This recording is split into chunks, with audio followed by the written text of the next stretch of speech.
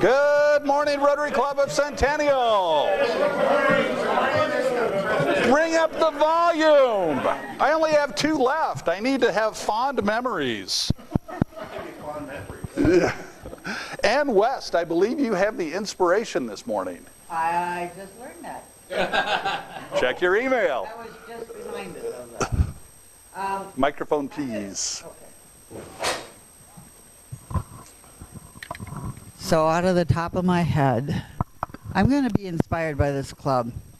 I've been here 7 years, almost 8, along with Phil, who came the week after. And all of you are an inspiration to me because you want to contribute to the community. We enjoy each other on a weekly basis. So thank you for being part of this club. Thank you. So are you saying that Phil is an inspiration? Yes. All right. Say that in the microphone so it's on the record for us, could you please? All right. Diane Zing had the pledge. I don't see her, so let's do a group pledge. I pledge allegiance to the flag of the United States of America and to the republic for which it stands, one nation, under God, indivisible, with liberty and justice for all. Ms. Fleck, I believe you have the Rotary Minute. Yes, I do. She remembered. Oops. Uh-oh. What happened? I know where that looked like Jackson Hole. Vacation.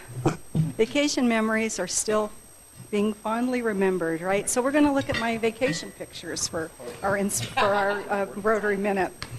Okay, the Cowboy Bar. I mean, you don't go to Jackson Hole without visiting the Cowboy Bar, right? But what does that have to do with Rotary? Well, the Cowboy Bar is right across the street from the square, the town square. Whoops, we lost it again. That was after the Cowboy. And in the town square, you have the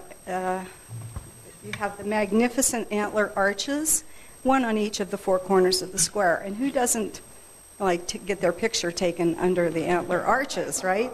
You don't go to Jackson Hole without getting your picture taken. But what does that have to do with Rotary? Well, there is a sign in the park that explains. In the early years, the town square was a scrubby area strewn with rocks and sagebrush. Often one would see elk bunched up with the town cows grazing in the square. So then in 1932, the park was cleaned up and the square got a name, George Washington Memorial Park. The American Legion planted trees and grass. Then from 1953 to 1969, the Rotary Club built the antler arches, one on each corner of the square. And now in the current day, in May of each year, there is an antler auction held in the center of the square. And revenue from the auction is used in the winter feeding program at the National Elk Refuge, which is north of town, which is pretty amazing in the wintertime if you've ever been there. And then in exchange for collecting hundreds of shed antlers each spring, the Boy Scouts receive part of the proceeds for their local program. So you see this icon of antler arches. It is a nice collaboration among the American Legion, the Rotary Club, and the Boy Scouts. But that's not all. Whoops. Whoops.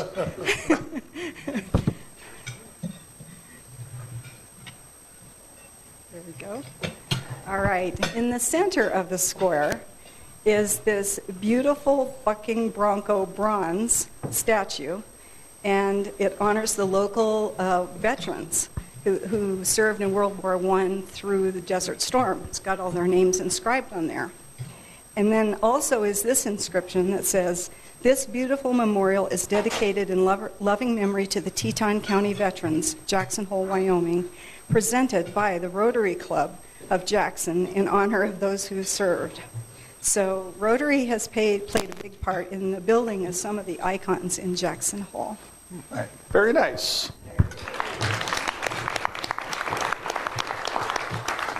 Mr. Shattuck, I believe you have the business minute. I do. When I got assigned the business minute, I thought, what can I talk about? I'm retired. So Phil asked me to talk about what I do in retirement. Recently, I made a presentation to the club on the idea of a system to replace Social Security. I'm currently writing a book on that. The first section of chapter 1, first of 3 sections, is 67 pages long. So I may have tied into something that is more than what I want. In addition, I developed a logic diagram of the hearsay rule when I was in law school, and I'm going to modify that to the current rule and publish it for law students. When I entered law school, I was working on a project at Stearns Roger of designing a hazardous waste incinerator, and the client asked us to do a fault tree analysis on the incinerator. I was doing the air pollution control system. And while I'm sitting there doing the fault tree analysis, I thought, damn, this could be used in legal analysis. So I'm trying to write an article for a law review on using fault tree analysis for doing legal analysis. When I'm not doing that, I'm trying to build this Sopwith Camel model, which is a 21-inch wingspan, and then my wife and I like to travel.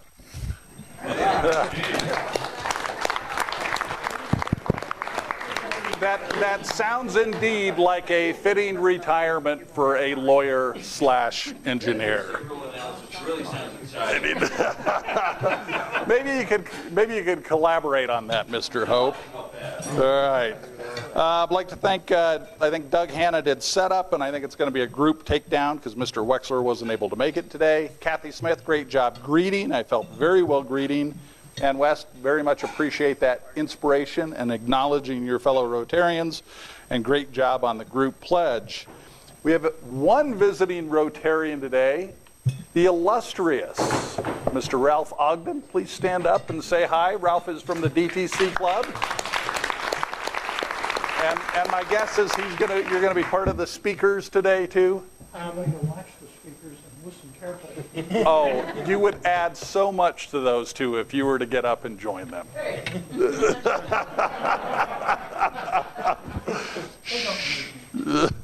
And then a whole bunch of guests today. Jerry Rowe, Samantha Rowe's dad is here. Jerry, can you stand up and say hi to everyone?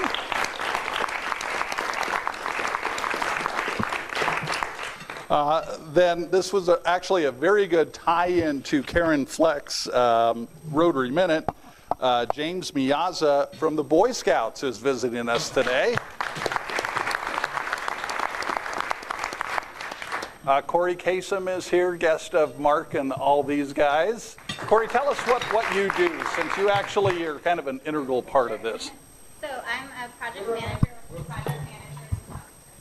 project manager with Project Managers Without Borders. So I've been working with Mark and with John to get our project off the ground in Puerto Rico.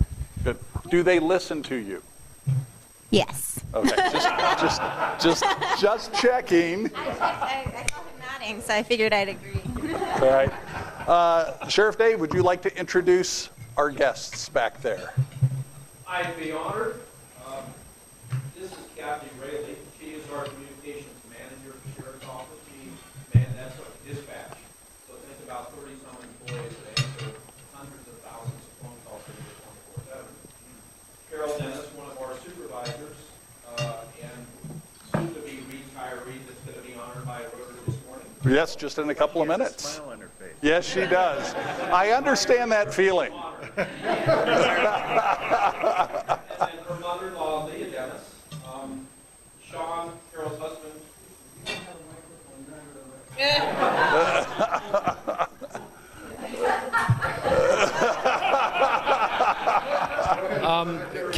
Carol's husband couldn't be here today. Sean Dennis, he actually used to work for us as a sergeant, and now he does bomb stuff. He was a bomb technician, and he does bomb stuff on the private side. He's out of town today, I think.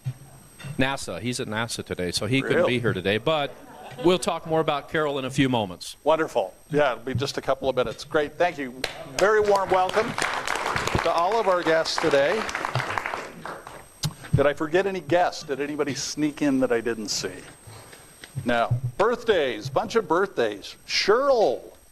Where's Cheryl hiding at? Sorry. June 21st, happy birthday. Mr. Peterson, 22nd? Yes? Okay. Now, Paul Fritzler slid under the radar. We've got him in the database as June 27th, but I started seeing happy birthdays popping up on Facebook. So he was actually the 17th. He tried to sneak past it. So let's give him a warm round of applause for a belated birthday. And then our very own Phil Chapuras is today, correct? Yeah. 58 or 59 this year, Phil? I don't know, whatever Mary Alice is, I'm catching up. Very nice. And then one wedding anniversary that we're aware of, Don and Peg Shattuck is what, 51 you said? 51. 51 years. Big round of applause for that. All right, on to club business and updates. I got an email yesterday from Littleton Rotary. They've got an inbound exchange student, and their first host family bailed out. So they're scrambling to find a host family. So I don't know if anybody here would like to host an exchange student, but the opportunity is available on really short notice. And then another hosting experience, District 5450 is looking for host families for Up With People who will be here from roughly July 27th through August 26th. So that's a shorter commitment. So if anybody wants to host some Up With People, that opportunity is coming up. Ms. Fleck, would you like to tell us a little bit about the Prime Timers, what's coming up? Yes, Prime Timers, don't forget, happy hour is next week at Hudson's, which is in the streets of South Glen, and that's June 27th, Wednesday, 4 to 6. Okay. See you there. You may want to get that info to Karen so she can shoot it out too as well. Thank you. Barb Medina, any updates on changing of the guard? Well, there's one big one. When I talked to Bennett's, they can't deliver the food till 6:30, so we're not going to start at 5. We'll start at 5:30. Wait. There's no bar?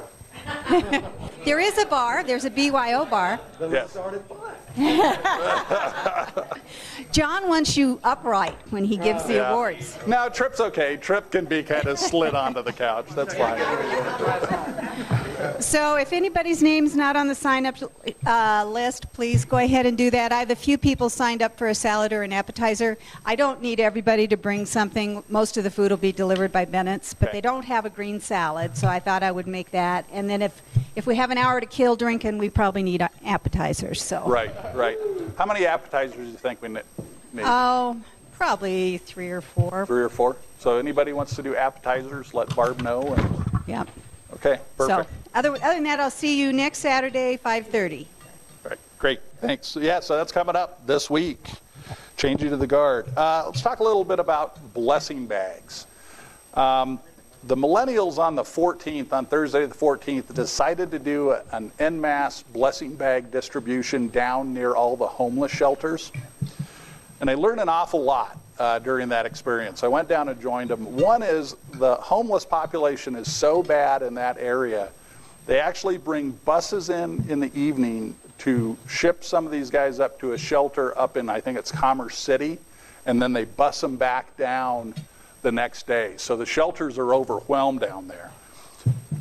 It also became readily apparent with the hundreds and hundreds of homeless that were down there. You hear them talk about mental illness being a big part of the homeless equation. I'll tell you what, it's really very obvious when you're down there at that time of evening. I mean, it's a significant problem. But we took 100 blessing bags down there, and we were able to distribute them in under 10 minutes. I think they said 7.5 minutes to go through 100 blessing bags. So I think this is a project that we can keep going with for years to come. It was really overwhelming to see the need down there. So that's something we could potentially consider maybe doing Civic Center Park at some point as a club and get the millennials involved. So anyway, your efforts on the blessing bags, I got to see firsthand in mass, and it was pretty empowering, pretty amazing. So anyway. What was the You know, a little bit of everything.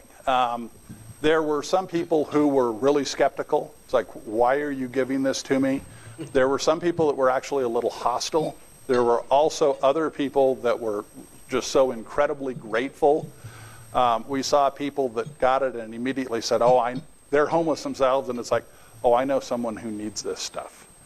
And one of the things I told the millennials, I said, if you get somebody that takes it and they don't look like they want it, say they go and throw it down, well, there's going to be somebody that's going to see it and pick it up. So don't consider that if that happens to be a negative, because somebody is going to find it. But, I mean, as I parked, I literally got out of my car and went, here. There was a guy, had his territory right around the parking meter where I parked. He had his shoes in the gutter, had stuff strewn all over the place. It was really, really kind of an amazing thing, but it was pretty neat to watch. Any other questions about that? Okay, cool. Roxy Hahn, tell us about Ready, Set, School. On your tables are sign-up sheets for Ready, Set, School. For those of you who are new to the club, this is a program where we provide clothing, shoes, etc., school supplies for kids going back to school. And it's real personal because we get their name, their favorite color, their grade, their age, their sizes, and we go shopping for them. And our shopping will be Saturday, July 21st and Sunday, July 22nd. Saturday is shopping for the school supplies, which we'll get all ready. And then Sunday is shopping for the clothes and packing the backpacks. So the sign-up sheets are on your table, and I'd appreciate you signing up. We have 13 kids that we need to shop for. Thank you. Great. Thanks, Roxy. Ann West, Meals on Wheels update. I asked for 30 seconds for Meals on Wheels. Again. I asked for 30 seconds for Meals on Wheels. I am the lead on that, and I sent out an invite for those people who would like to participate. So check your email. I didn't get as quick a response as I have in the past, and we do it on a monthly basis. So in July, a lot of people are out of vacation, so if you can help out, thank you very much. Thanks, Ann. Sheriff Dave, why don't we do our award?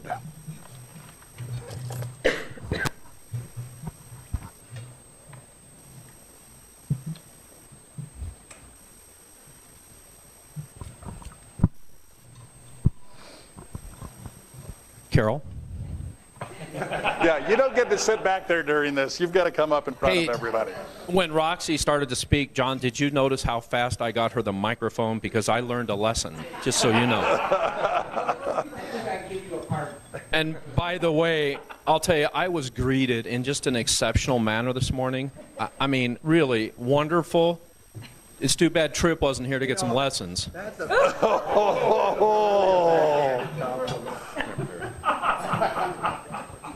Sure. Why don't you talk about the plaque, and then I'll talk a little bit about Carol. How about that? So we've been giving an award once a quarter to members of the Sheriff's Department. This is actually Randy Ernest's idea, but it's a Centennial Rotary Community Services Award. And Carol is the lucky recipient this year, and I believe this is a program we're going to continue on during Tim Eunice's year. So pretty neat way to recognize people who maybe don't always get the recognition they need or deserve. So we have about 750 employees. Carol's my favorite. No. Did he say that at the last presentation of his program? No, I didn't. No, I did not. You are my favorite, and you know it.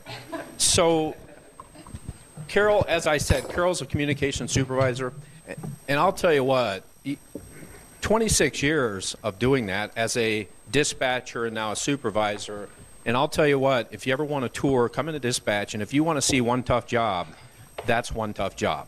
And when you have 5 computer screens out in front of you and the hundreds of thousands of calls they get every year, and think about those 911 calls and how complex those are. And I see it from the other side. I'm going to take a minute.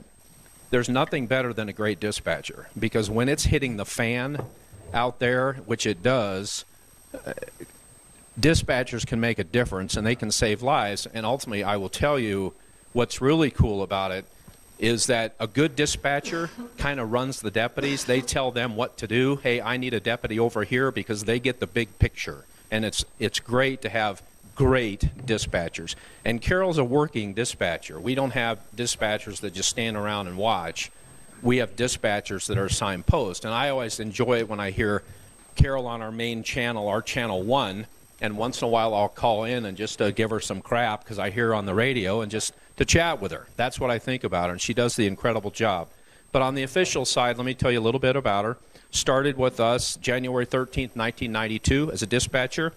Trained many, many employees for about 10 years. Then became a supervisor in 2005. Some of her responsibilities: organizing a backup communication center. We do have a backup communication center in the event that our main one goes down. Training officer, monthly telecommunications device for the deaf training for all of our communications personnel. She's an emergency medical dispatch instructor, so she can give medical advice, CPR over the phone and things like that. A member of our awards committee. I guess she's the party planner. I don't know how that wound up on here. And I'll tell you, it's just a tough job, and it's a tough job. So as an example, and one very serious thing here, one funny thing, a note, think about this. Think about a kid calling in and threatening suicide to a dispatcher. Deputies are going on scene, and depending upon his method of what he might be proposing, deputies may not just run into a place if he's armed with a weapon or something like that. So a young man's telling her, I'm going to commit suicide, and the young man tells her, well, tell my parents I love them. That's a sign of I'm going away. And then Carol, it's a split-second decision where you have to say something like, no, I'm not going to tell him. You're going to have to tell him yourself. Oh. Think about if the kid does it. How's that make her feel, right? That one turned successful, and she talked him out of committing suicide. And I don't know this, but I'll bet you've done it dozens, if not hundreds of times over that period of time. Incredible, incredible job. On the funny side, and Carol's a prankster, dispatch is very formal if you listen to it. You know, when they, give the times, it's in military time and all that. So she likes to mess with people even if they don't know it.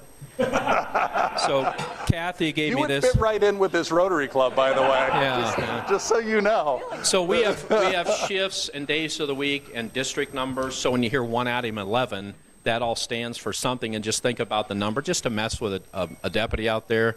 So she gets on the radio, calls 1 Adam 11. The deputy says 1 Adam 11, go ahead.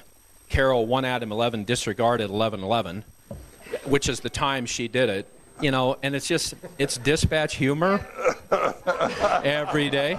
So everybody knows she's just messing with somebody a little bit on the radio. If I would have known that, I would have said, don't do that.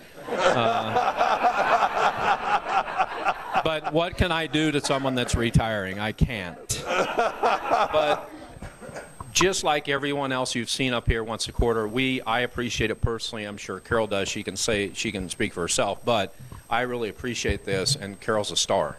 And we will miss her greatly at the Arapahoe County Sheriff's Office.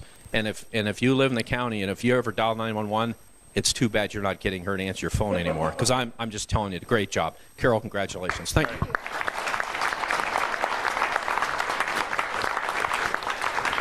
So this says Centennial Rotary Community Service Award presented to Communications Supervisor Carol Dennis in sincere appreciation and recognition of distinguished service above self, which is the Rotary motto, and devotion to the ideal of service with integrity. The Rotary Club of Centennial, Colorado, June 2018. Congratulations. Love that. Thank you. Thank you so much. Come slide in here for a picture. And you need to prank him big at least one last time. Absolutely. Absolutely. Oh my God. This is beautiful. I have to, is this even on? It is. Okay. I have to say, reference that suicidal guy. You know what my joy is from that is, as SWAT was taking him down on the ground outside, he's yelling out, "Tell Kara I'm okay."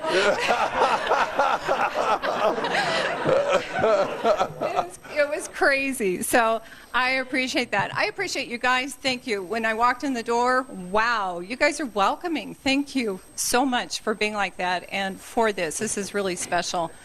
And You just can't even imagine the calls that we go through our years in the dispatch center from a cold snowstorm. I have to tell you this super quick. And 4 people calling in because a group of cows are huddled in a corner in a field and they want them protected. and trying to diplomatically explain to people, that's what they do, it's okay. Yeah, or a Japanese lady just stole my baby. That's one of my favorite lines. It's like, that's weird. How did that happen? And it wasn't the case at all. And a guy just last night called and goes, my roommate is making shrooms. Is that okay? And as in drugs, as in mushrooms. And I'm just going, I'll have a deputy call you. and what's your address? So it is insane, the calls we get to take, mostly the animal calls. They just are unending. But saving lives is pretty gosh darn cool. And I've been able to do that a few times in my career. It means a lot to me to be a part of the Arapahoe County Sheriff's Office. I applied all across the Front Range, and one organization got back with me, and it was a God thing, and it was meant to be. And I have loved my job every step of the way. So, again, thank you for recognizing me. You have no idea. This means the world to me. Thank you so much. Thank you. And you can see Trip Butler on the way back to your desk to get a membership application for the club. You don't have to sit with Davey. Mr. Holzman and Mr. Peterson, would you rise and approach the bench, please? Yes, sir.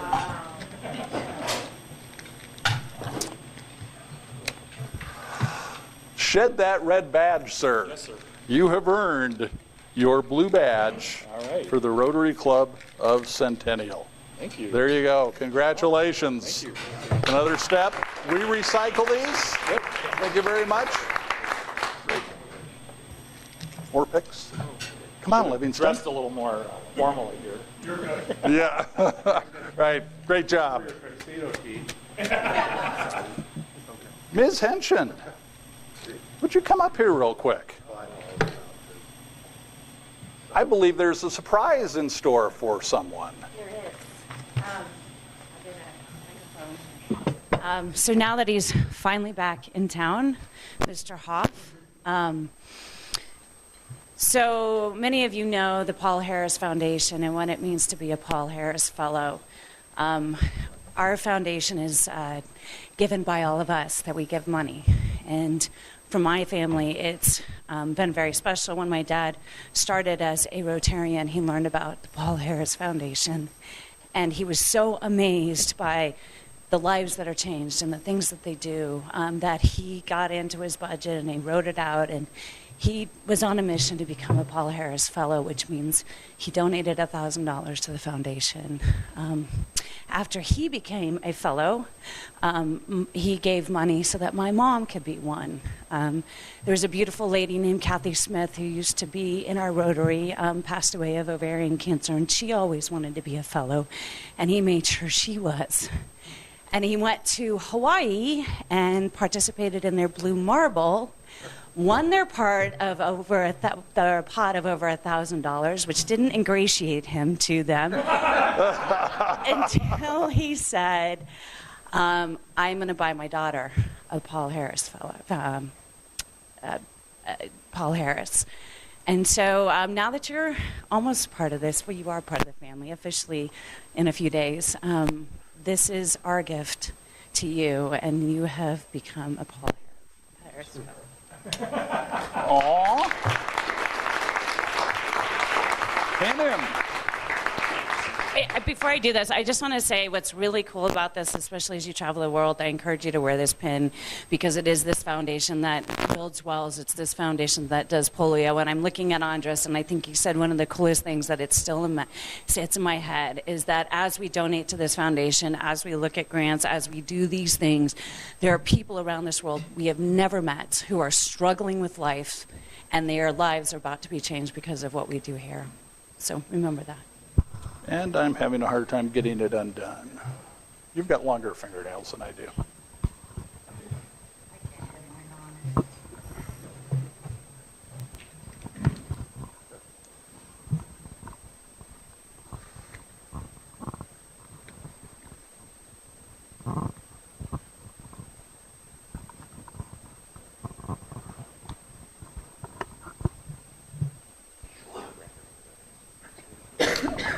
the world's newest Paul Harris Fellow. Box.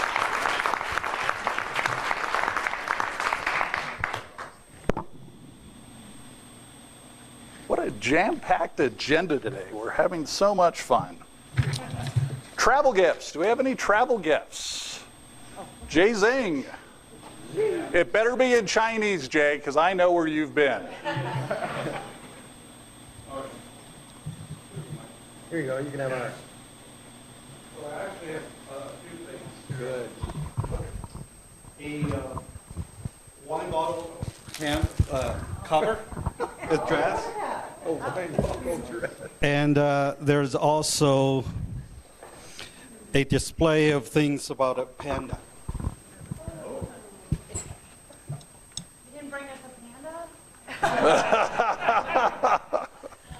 No rhino party. All right, it's like this. Very nice. And there's also, I had a chance to go to the Shanghai Fresh Start Club on Friday morning, and I was able to exchange the banner with them. Wow. Very good. So it's really good. And I also learned while I was there, they had they introduced the new tagline for next year. I don't know if we already announced it here or not, but I'm just keep it secret for now. Okay. Tim know? Does Tim know? Oh, he knows. Be the inspiration.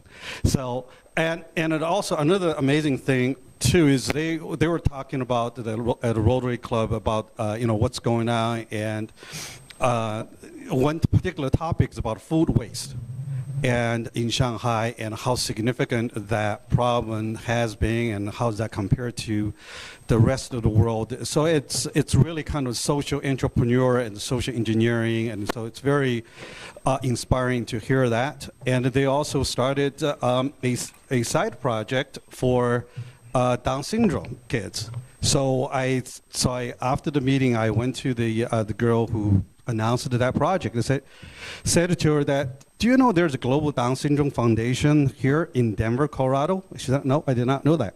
And did you know that the founder of that foundation, or the trustee of the foundation, actually husband and wife, the husband is Chinese? No. So, and I said, well, did you know that the nonprofit organization that I established about 10 years ago, 11 years ago, has been the key volunteer group for that organization? Oh, I did not know. So I said, okay, I will make an introduction to see what we can do to help you. So it was a really productive trip. Great, very good, exciting trip. Any other travel gifts? Eric? Another trip overseas. This time it was Manila, Philippines. Actually was scheduled to attend the Rotary Club of Manila weekly meeting at the World Hotel last Tuesday. And unfortunately, their vice president fell ill and then died. So instead of having a meeting, they decided to have a memorial service. So I didn't think it was appropriate for me to, join that. So anyway, from the Philippines this time around, it's chocolate-covered mangoes, which is an island favorite, as well as mountain coffee. And if you know anything about the mountains around Manila, especially Mount Pinatubo, pretty rife with lava rocks. So much like Kona coffee, it's kind of in the same vein as that. And then one of my meetings was with the commander of the Navy, and he provided us some gifts. So I put his personal keychain in there, as well as a postcard to go along with this. So, thanks. All right, great. Thanks, Eric. I was never a fan of mangoes till I went to the Philippines, and they have the best mangoes in the world. It's like eating butter. They are so smooth and creamy. They're wonderful. So, Mr. Peterson, I will give this to you so we can add it to the list. Does anybody else have any announcements or anything they need to let the club know? Mr. Hanson, why don't we do some happy bucks? He's not very happy. I'll start it off. Lots of good things happening this morning. But on a lighter note, I have one happy buck. I had a one-day business trip yesterday to Sacramento, California, in and out the same day. Everything went fine. Flights are on time. Because of the storms last night, the pilot wanted to get into Denver before the storms came in, so I think he leaned on the throttle really hard, came in really rough and really fast, but we landed 20 minutes early, so I'm happy for that. And we landed. I'm happy for that. Any happy bucks over here? Roxy. I have three. One is congratulations to Eric on your Paul Harris. And the other is to our speaker and all of our guests and visiting Rotarians. Welcome. And the last one is following the World Cup a little bit, and was pretty excited when Mexico beat Germany.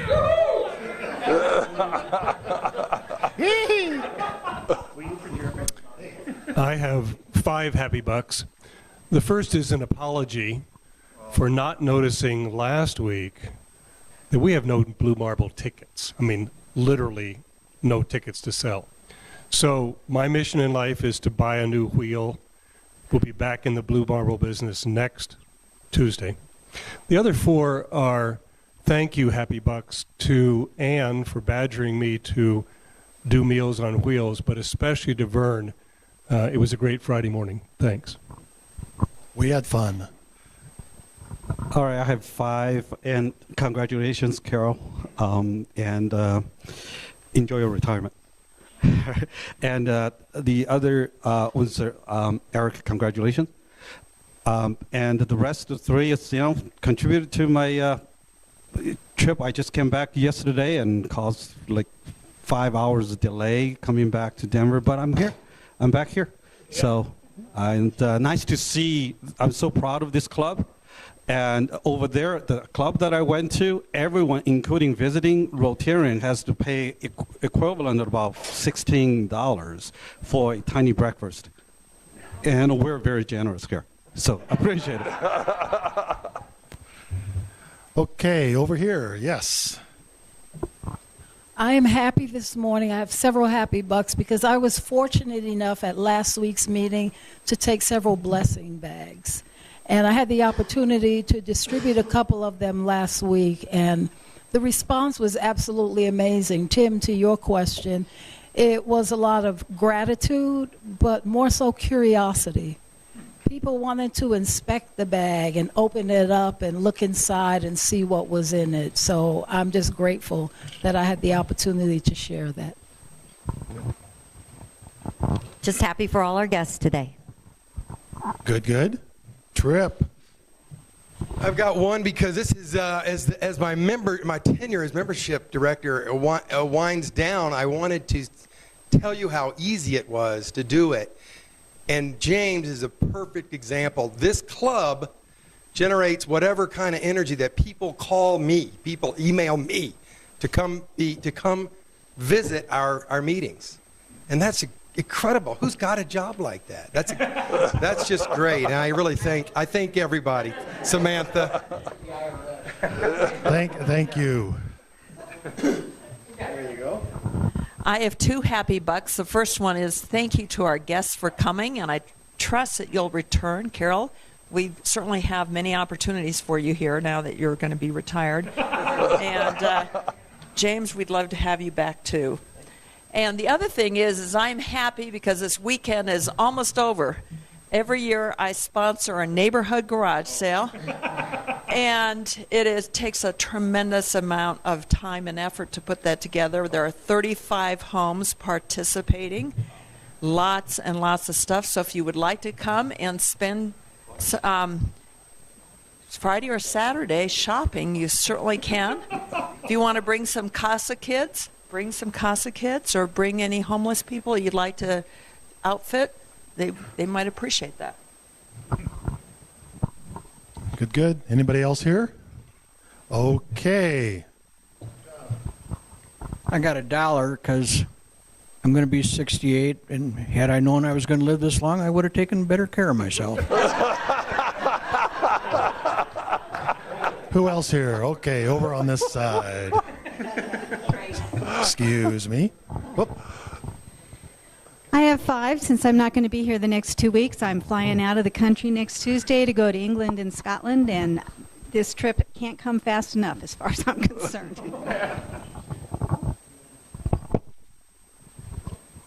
Yes, especially wanted to welcome our guest, Jerry. I was very excited when I heard he was originally from Montana. I just looking at him knew he must be a good guy. Oh, here we go. I have one happy buck. For those of you who don't know, which is probably most of this club, I'm a widower. I'm decorating my condominium all by myself. This has been an adventure for me. I chose new granite countertops that were installed on Thursday, and I'm actually quite pleased with my choice. So I'm happy about that.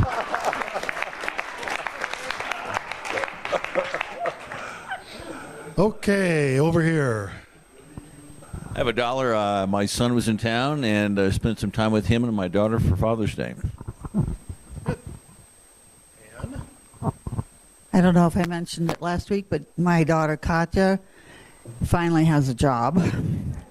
And she worked a full day yesterday. Then she came home and went to jiu-jitsu. So she's got to be pooped. I actually was going to tell you that John and I went hiking on Saturday at Three Sisters, which is outside of Evergreen. And if you want a good hiking place, go there. It's great. Thank you. Phil. I have 2 happy bucks. One for my son, whose birthday is today, and wishing him a happy birthday. And to the past presidents, who are all signed up to be greeters and do all the duties next week. I really appreciate them stepping forward. I have 2 happy bucks. One for Carol and our guests. Great job. Great job. And the second one is, if any of you have been to my studio, you saw that big black box in the back of the garage. It was taking up all kinds of space since October of last year. It's now finally on the wall at Ironworks. So it'll be lit up next week. No, not next week, next month. But have they paid for it yet? Okay. I've got a couple. One is, I wasn't here last week, but for the end of it. But as we were leaving the blessing bags build day, it was really, really cool to know that we all kind of left at the same time. And as I'm driving, I passed by 2 homeless people on my way home, and they both already had blessing bags. So it's really cool to see how quickly this club works. The second one is just that I'm so grateful to be a part of this club right now. I have a neighbor who's come to me and expressed her addiction problem. And it is perfect that I'm a part of the anti-opioid committee because it's right down that alley. And it's really good to know that you have resources and people to go to talk to. I've already talked to Sheriff, and I plan on talking to Samantha. She doesn't know it yet, but I'm going to. And but it's just cool to be a part of the club and know that you've got a network of people who are there to help people when you need it. So it's awesome. Good. Andres. I got 4. The first one is for Carol and Dave at the sheriff's office. It's really great to be part of this community and feel so protected by the sheriff's office and the great work you do every single day. It's very much appreciated. I know that sometimes communities don't do that much for law enforcement, and it's much needed, definitely. So thank you for all you do. The second one, Roxy mentioned it briefly, but there's this event that goes on every 4 years, that's the FIFA World Cup. Maybe a lot of you don't know about it, but it's a great event for the rest of the world. And in case you don't know, in 2026, we will host the World Cup together with Mexico and Canada. So that's going to be a great thing. So start learning about soccer because it's going to be really important. But the real important thing is that the Chihuahua beat the German Shepherd last Sunday.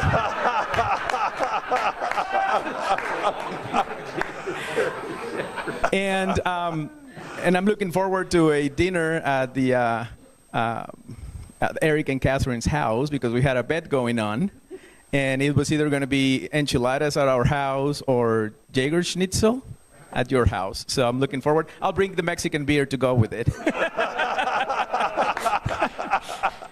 The next one is, I'm sorry being so much out of town, and I'm probably going to be away most of July, but we finally announced last Thursday our new acquisition at my office. So This coming Friday, we're closing on a cement plant we're buying in Three Forks, Montana. And at the same time, we're divesting all of our ready-mix operations in Arkansas and Oklahoma. So we're offloading about 450 employees and bringing in new employees at the cement plant, which is a lot less. It's like 83 employees, and there's a lot of work going on, but it's a lot of fun. Hopefully, after we get to integrate that, I'll be coming more often, although we're already looking at the next one, so we'll see. And the last one is for John. I'm not going to be here next week. Actually, I'm going to be in Three Forks. So thank you for a great year. It's been awesome. You've been a great leader, so looking forward. Also to Tim. So Tim, thank you. I hope I can be there on Saturday at the party. That's the plan. Be a good time. That's the plan. So, but thank you for everything you've done for the club. Thank you. I appreciate hearing that. I thought it was interesting that there was a minor earthquake in Mexico City from people jumping up and down. Well, officially, they registered a minor earthquake in Mexico City when that happened. I have two. The first is for Eric as a Paul Harris Fellow. As the foundation chair for the club, it's always exciting when we get contributors to the foundation. That money comes back to the district, and we want to make sure we always get our share for district projects, club projects, and we're going to hear about one of those this morning, as well as the Madagascar project. The second buck is for my son. His family, his wife and children are in New York, and my wife headed to Fargo. So my son came over and spent Sunday on Father's Day with me. Mark. For my two wonderful guests, Corey and Ralph, for this almost married couple, congratulations. And I can't remember what the third one was. But anyway, it'll come to me. Early last week, I got notified from the polio committee, the district polio committee, that a 2-year, 10-month-old girl in eastern Venezuela came down with acute paralysis. On Friday, got notified it's not polio. So polio has not reappeared in the Western Hemisphere. We're still fighting it in Pakistan and Afghanistan and Nigeria. Second happy dollar, and one of the happy dollars was that it was not polio. Second happy dollar is going along with Andres. The 2026 World Cup is going to be increasing the number of teams from 32 to 40. There will be 80 matches, 60 in the United States, 10 in Canada, 10 in Mexico. Denver is a potential venue. Third dollar, my granddaughter was just accepted onto the 11-year-old Real Colorado team. Very nice. Catherine, excuse me. So we have a bunch. So the beauty of betting a dinner is that I'm not the cook in the house. So thank you to the husband that's going to cook this. But with the World Cup, I was texting Andres, like, it's just even the first game, and I wanted to throw up the entire time. So here's to happy World Cup stress for the next 2-3 weeks. I don't remember. It's on my TV every day. So I've been indoctrinated thanks to my fiance. And then I just wanted to say thank you to Carol, and it's always a pleasure to recognize her. I'm with Andres. I don't think we do enough for all of you, and so thank you very much for your service. And finally, while we will be there Saturday and then next Tuesday, you're coming into the home stretch. Tim, you're starting to gear up for your service as presidents, and I just want to personally thank our presidents. It's a lot of work, and you hear what they go through every year and what they do, and we wouldn't run. This wouldn't be possible if it wasn't for people who are willing to step up. And I'm thankful because I don't want to step up. but I am thankful for those that actually embrace that leadership and want to do it. So it's been a great year, and just really appreciate everything that you've done for us. And Tim, I'm looking forward to supporting your year. Thank you for doing it. Thank you. That was $20. Thank you. Anybody else I missed? I need an IOU. Do we even have an IOU? Yeah. Barb, put it on his. Your line of credit has been cut. Put it on his account, Barb. All right. So I'm going to do 5. First, for all our guests, James, thanks so much for coming, and hope you are enjoying yourself here. For everyone from the Arapahoe County Sheriff's Department, thank you so much for everything you guys do, but thanks for visiting. That's very important. Corey, thanks for coming. Hopefully you're going to have a little fun here during this presentation. Another one is for John Holzman. Thanks for your enthusiasm as you've gained your blue badge. And more importantly, thank you for the bright colors that you bring in. Now, Kathy Smith, if you turn around, she's kind of matching you on the whole bright color thing today, but very much appreciated. Eric, congratulations on your Paul Harris. And then the last one, I think a lot of you know, our youngest stepson has been having some fairly significant health issues. Karen pulled the mom card last week and flew out to Vegas on Friday and said, "You're coming home." So she drove him home, and he's meeting with a GI doc today. I don't think we'll have any answers today. I'm sure that'll be scheduling of tests, but hopefully they can figure it out for 2 reasons. One, so he can move back out of the house again with his dog, who is just absolutely tormenting the cats. And secondly, so he can start flying again. He's a professional aerobatic pilot, and with what's going on with the lightheadedness, he's grounded. They won't let him fly, and if he can't fly, he can't make any money. So hopefully we can get this worked out. And the last one, I really should do this next week, but thanks to all of you. This is a phenomenal club. When I asked Randy Pote before accepting this, I said, "Should I do this?" And he said, "You know, there's a whole lot of clubs out there that I would say, don't do it." But he said, "But you've got a rock star club, do it." And he's absolutely correct. So with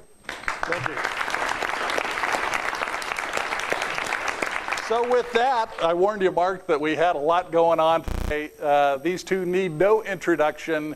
Dr. Mark Garfinkel and our own Rotary gnome, John Peterson, are going to talk to us about what they did in Puerto Rico. Can you guys hear me? No respect. Hi, everybody.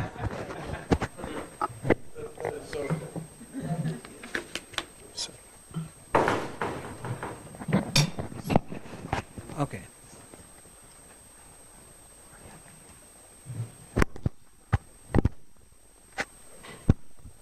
Little technical difficulties here. Is that all right? All right. Who's seeing no leader? Can't see the face. All right. Can you guys hear me okay? Yeah. All right. We have an incoming Rotary president, Barry Rassin from the Caribbean, and his theme this year is Be the Inspiration. And he said, if you want to build a boat, don't begin by collecting wood, cutting boards, or assigning tasks. Begin by awakening in the souls of your workers a longing for the vast and boundless sea. And our goal today is to inspire you, to excite you about our club being the engine for saving lives. As Carol said, saving lives is super cool. And it really is. And we're going to be doing this through a project whereby we're going to deliver clean water to a multitude of people. And this is in Puerto Rico. This one? Okay. All right. And even before Hurricane Maria, Puerto Rico was the country's worst area for water, worse than any territory or any state. People were routinely visiting emergency rooms for bacterial infections. They were routinely visiting their doctors for parasitic infestation, and those were the people who can afford medical care. So this started about a year ago, and it started remarkably the way that our library program also started 4 years ago. I was treating a patient, and she saw my Rotary pin, and she said, "Oh, you're a Rotarian. You help clean water for people around the world. And I said, yes, how do you know so much about Rotary? And she said, well, I am the president of the local chapter of Project Managers Without Borders. And our area of focus is clean water, and we help civic organizations like Rotary create programs. They write global grants, they organize, they create budgets. They're amazing. Okay, and Corey is here representing them today. So thank you very much, Corey, for all the help that your organization have given us. We also have Ralph Ogden from the DTC Club, who also helped us with this project. So this is what basically the Project Managers Without Borders, they did the research and they came up with this. This is biosand filtration. It's been around for hundreds of years, and it's a remarkable natural process. This is a, where's the laser? This one? Okay, this one. This is a vessel, and in our case it was plastic and concrete. We start with filling it with large gravel, then small gravel, then 20 inches of sand, and then at the very top, after about 30 days, a biological layer is created naturally. It's a gelatinous layer with super pathogens. What happens is, in this area, germs get stuck, and they start eating other germs, and through the process of evolution, generations and generations occur where they're super pathogens and they eat all the bad stuff. Now, in regards to parasites, parasites are so big that they can't get through this. So what you end up with is pretty darn clean water, 99-something% clean water. The water gets, oh, 1 second, yeah. The water gets poured in, goes through the biolayer, a lot of the bacteria gets killed, parasites get filtered, comes down through here, and then a second pour forces that water up through a pipe and then out. And that's basically how that works. We have what's called a diffuser in here, and that diffuses the water so it doesn't disrupt the layers. Okay. So we decided to do a pilot program. And the pilot was designed, and that's the theme of this talk, is what did we learn? Okay, we decided to build one of these. It ended up being a lot more than one of these. We ended up building 4 of them altogether. I went to the board of directors meeting, asked for $425, and we started to do this. Now, we went to Tim Eunice's sign shop. When I explained the project to Tim Eunice, he was really excited about this. He started doing his own research, and he asked if we would like to use his sign shop as our workshop. And we had access to all his tools, and I said, hell yes. And so here's a machine that he has that, I did it again. Here's a machine that he has that prints our pattern out. And then I went to our wonderful master craftsman, Ken Hope. And Ken started cutting the wood for us expertly. And at that point, we decided that we had to pour cement once we assembled it. So what did we learn? What did we learn? We learned that it took somebody with pretty darn good skills and a good carpenter or craftsmanship to cut this out and do it accurately. And that was kind of our first thing about thinking about this is a little harder than it sounded on paper. So after the wood was cut, we went through the process of assembling it here. You see Eric Nielsen here from our satellite club. Also, we had several other people involved, which I'll talk about in a moment. Is Patrick McGee here? No. Patrick McGee, we tried long and hard to find a picture of Patrick McGee. He was at 3 of these assembly things, and he just didn't make it into the pictures, unfortunately. And what happened was we had a hard time with our first pour. The concrete just wasn't right. So we decided to call in an expert, someone who I nicknamed Concrete Sartain. And Concrete Sartain, she really did a wonderful job and helped us with the pouring here. Let's see if this, is there a bit? Okay. They'll probably let me use the cities. They'll probably lend me a few people who know how to mix. I'm sure most of them know how to mix concrete. Okay. And so then we let this rest for a little while. That's called curing the concrete. And then at some point we had the unveiling or the demolding. And our second pour was more successful than our first, although it did have some leaks. And we did some research. Tim did some research on what we can do to remedy this problem. We found this really cool waterproofing paint that is FDA approved for water cisterns.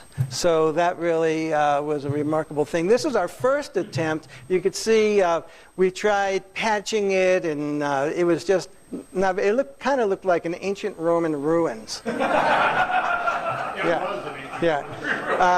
happened was the front part of this was really not very good. There's a nose to this where the water comes out, and Tim was innovative enough to create a little window in the wood so we could actually tell in future pours whether or not it filled up, and that worked beautifully.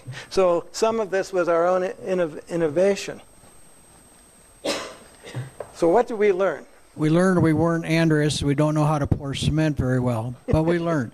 And we made adjustments, and we figured out that we could get this thing to turn out what looked like it should be.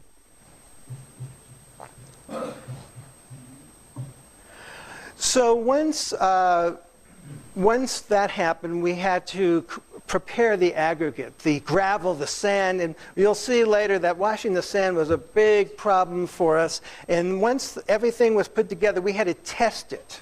And so we tested the flow rate, and unfortunately it wasn't very good, and that tells us that maybe something is blocking the tube that goes through it. The turbidity was perfect. It was crystal clear. And then we tested the bacteria. Marty Allen, who is a friend of the club and a prime timer, he invented a water testing kit, and he had the company that produces it donate 60 of these tests for us. And what happened is we have these bottles, we put this chemical in it, it turns the water yellow. So this is not the color of the water once it comes out of the filter. And then I think hopefully we can make sense of what I'm saying here. We're here at Tim Eunice's sign shop, and we just tested our water with the water filter over there. That is the biosand water filter we created.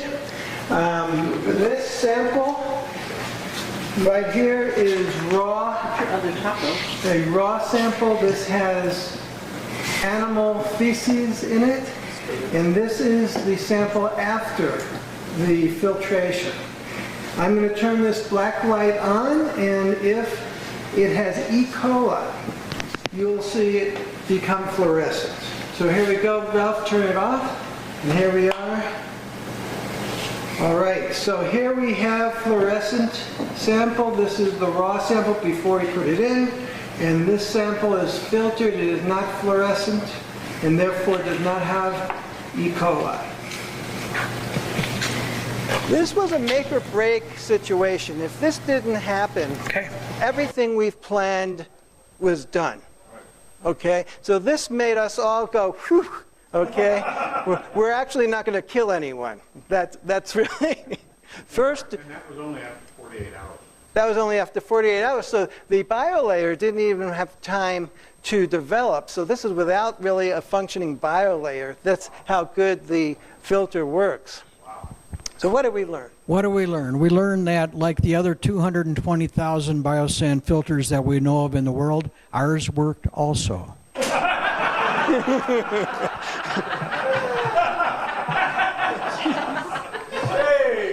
So now Now we had a function, we had a proof of concept to some degree. Now we had to go to Puerto Rico and see if the people there would be receptive, if it would be a good situation. Now, I will tell you this. I went to my uncle's Hanukkah party and met this cool cat. He had a black leather jacket on, an earring, and he was cool. And I started talking with him. His name is Julio Rivera, and he was from Puerto Rico. And I said, oh my God, we're doing a water project in Puerto Rico. And he goes, I could just tell from the look on his face, he would do anything to help his people.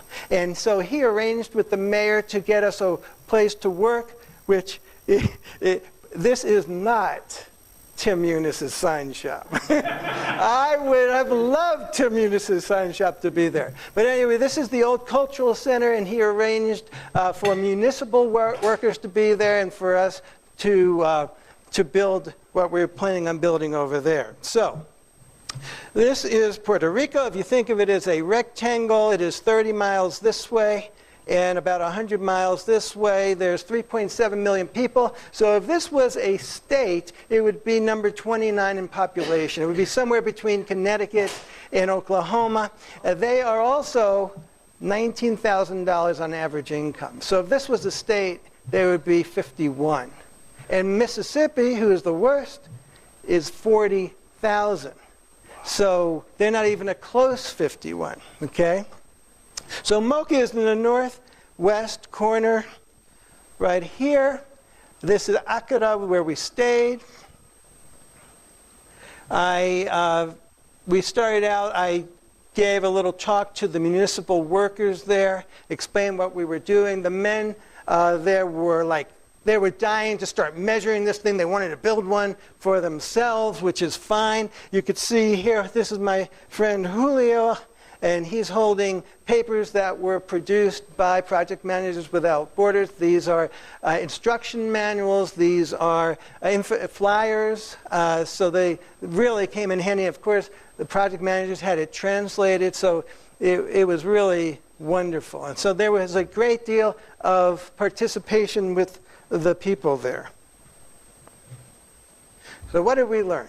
We learned that the people down there were friendly, welcoming, and they really wanted this project to happen.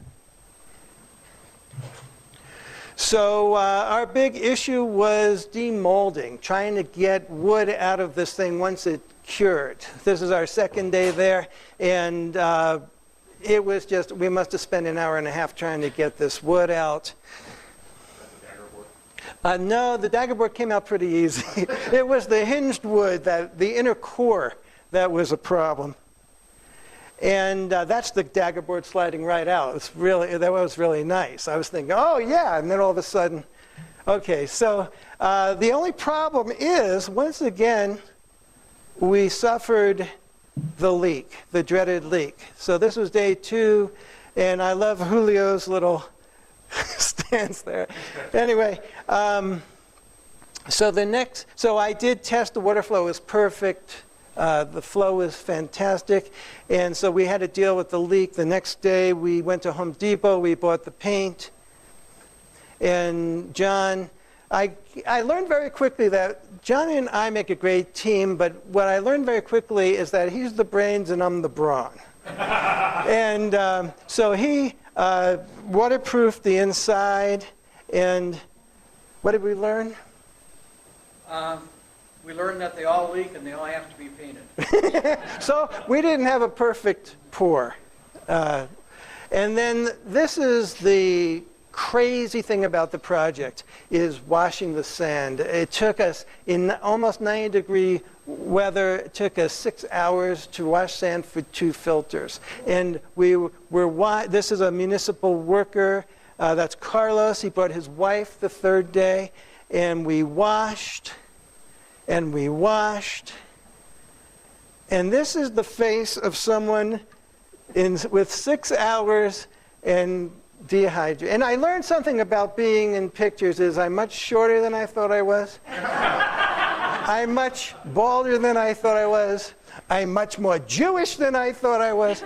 And 6 hours, and we started thinking there's got to be a better way than this. And this is Julio. He's a ballet instructor, so he after 6 hours you get a little nuts. And he showed off a little Baryshnikov. And so what did we learn? We learned that washing sand is about an impossible task to do on a large-scale basis.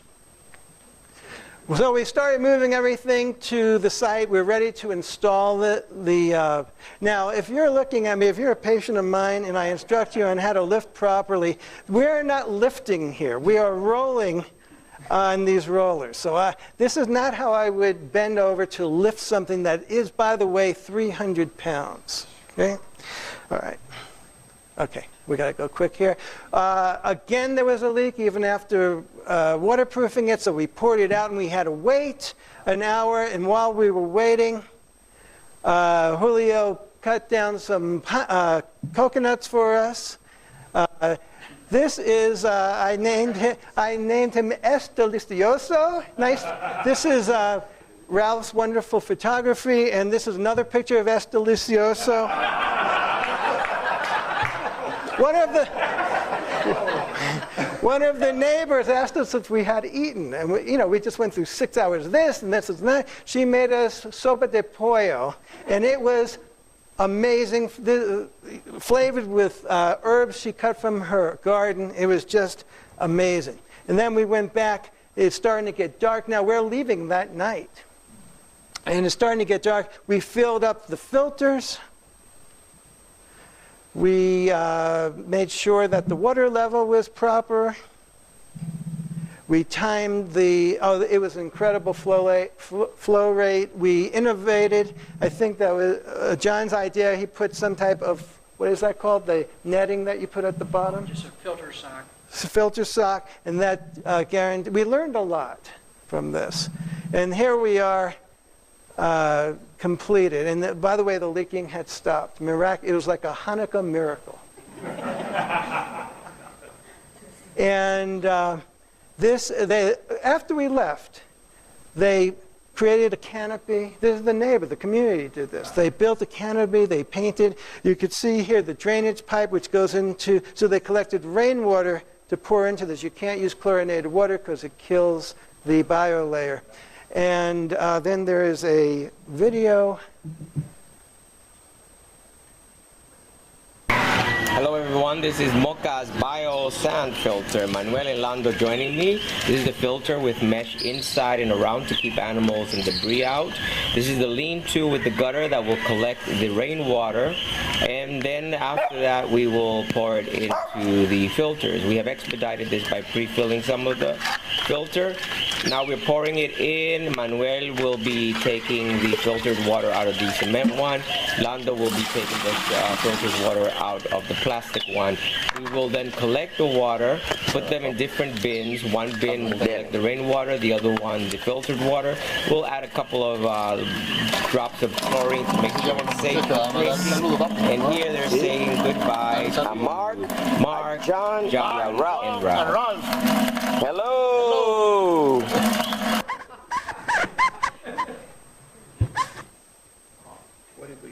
Okay, so what we learned was the people down there really loved this, but it wasn't going to happen on the way that we had thought. So we got thinking about this,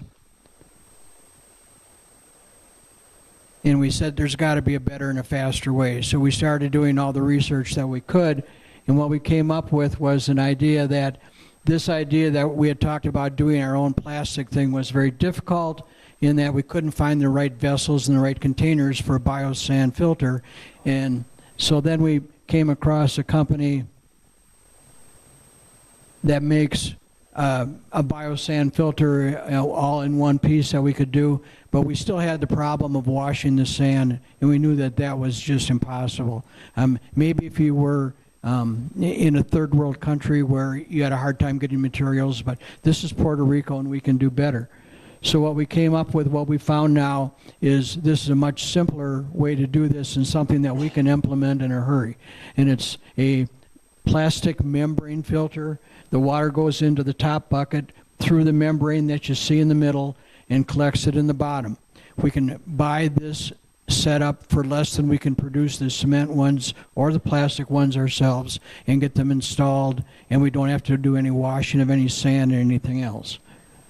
This is based on dialysis technology. So the way they filter out blood for the kidney, these are microtubules, and that's how someone came up with the idea of doing it for water.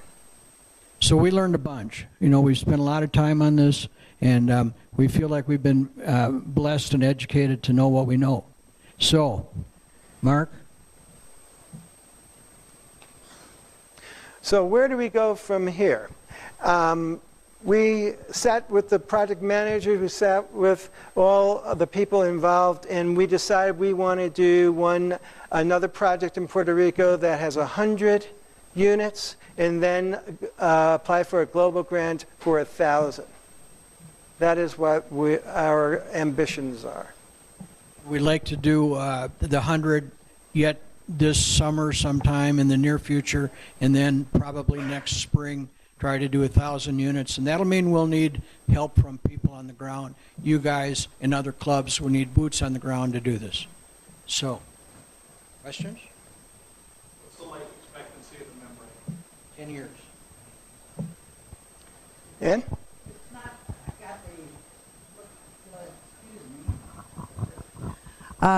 From your presentation, I kept wondering, is this per family, per household? And it looks like it's more for community. No. No, the pilot was a community thing. We wanted to see how the community would respond to it. This is going to be a household type situation. The average household in Puerto Rico is 3.4 people. So we do 1,000, it's like we're helping 3,400 people. Ken? What's your cost per unit? $45. Wow. Didn't you talk to some people about local people paying part of that cost? There is the possibility we may have the community, the recipient pay a small bit of money if depending on what kind of funding we can get. Oh, that's the other thing. We want to start something new in the club, a new way of raising money, and that is crowdfunding. And the project managers are going to be helping us with that. Andres. So, are we out of the concept with concrete? Yes, we are. I was thinking that there are there are several concrete companies in Puerto Rico, but you guys did with the molding and everything. That's great. That's like. Well, the problem is. I mean, if we could partner with a concrete company there, we could pour 1,000 of those in a day. So. You still got to wash the sand, though, and that's. But there are plants that wash the sand. Like I know, for instance, the sand that we sell is washed. So there are industrial plants that wash sand tons and tons per hour. So You have just become a new committee member. Along with what Andres is saying, I just said to Tim, how about DaVita, who does the membrane, does the things for dialysis? They might be a good sponsor to help you with this whole thing. Possible. Can you share what the water situation is in Puerto Rico? Well, the water down there is interesting. They're not sure if it's drinkable or not. I don't think the tap water is. You've got to really, the infrastructure down there is really messed up. And sometimes they have electricity, sometimes they don't. If they don't have electricity, the pumps don't run. If the pumps don't run, they don't have tap water. They don't know where the tap water that you're getting right now came from. It might be from a reservoir that might be cleaner, or from a reservoir that's not cleaner. So they don't drink the tap water down there. They use bottled water or boil it. Or they go to streams and rivers and ponds. Streams, rivers. Mary Alice. You said the filter would last 10 years. If you need to replace the filter, can you replace it within that unit? So that Absolutely, absolutely. And they only know that it's 10 years because that's the amount of experience they have on it. It's still going, so it might be even longer. So you guys are giving up on biofiltering and only going now to a high-tech filter system? Yeah, the reason is just because it's so time-consuming to wash sand and pour the cement and the molding and building the molds and we can't do it for any less than what we can buy them for. So this is a perfect solution, we feel. The reverse osmosis filters work immediately. Yes. The problem with reverse osmosis, though, that's not what we're doing. Yeah, reverse osmosis is too expensive. Marty Allen was not happy with it. At one time we were pursuing that, and he said, don't do it. When you use stream, you said stream and pond water, you use that water in your bio, in the concrete biofilter? So, but you can't use tap water because it's introduced chlorine. Yeah, if it's a biofilter, we can't use tap water because there's chlorine in it. But with the membrane filter, we can take tap water and run that through the filter, which makes for a much simpler system. That's a big deal. Yeah. Any other questions? One more? Nope. Okay. Thank you, everybody. Great job. We really want your support. Thank you.